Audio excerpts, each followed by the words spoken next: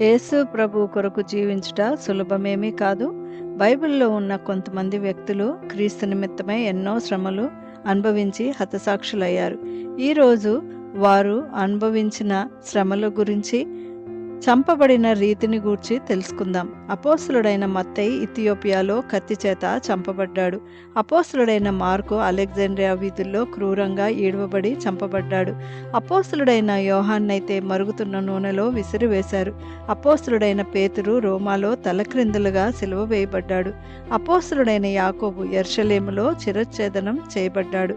యేసుక్రీస్తు సహోదరుడైన యాకోబునైతే ఎత్తైన ఆలయపు అంచు నుండి త్రోసి కుమ్మరి కర్రతో కొట్టి చంపారు. బర్తలోమై కత్తులతో చర్మమూడదీయబడి చంపబడ్డాడు. అపోస్తలుడైన ఆంద్రేయాను ఎక్స్ ఆకారంలో ఉన్న శిలువకు కట్టి చంపారు.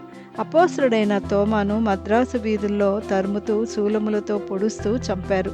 అపోస్తలుడైన యూదా గొడ్డలితో చంపబడ్డాడు. మత్తీయ రాళ్లతో కొట్టబడి శిరచ్ఛేదనం చేయబడ్డాడు. స్టెఫెను రాళ్లతో కొట్టబడి చంపబడ్డాడు. అపోస్తలుడైన ఫిలిప్పును పశ్చిమాసియాలో బలమైన రాళ్లతో కొట్టి చంపారు. అపోస్తలుడైన పౌలు చక్రవర్తి చేత శిరచ్ఛేదనం చేయబడి చంపబడ్డాడు. పౌలు తిమోతికి రాసిన 2వ పత్రిక 4వ అధ్యాయము 7వ వచనంలో రాసినట్లుగా, మంచి పోరాటం పోరాడి తిని నా పరుగు కడముట్టించి తిని విశ్వాసమును కాపాడుకొంటిని. పైన పేర్కొన్న లెజెండ్స్ అందరూ వారి పరుగును కడముట్టించి విశ్వాసమును కాపాడుకొని మనందరి కొరకు లెగసీ మిగిల్చి వెళ్ళారు. దేవుడు మనందరినీ దీవించునుగాక. ఆమెన్.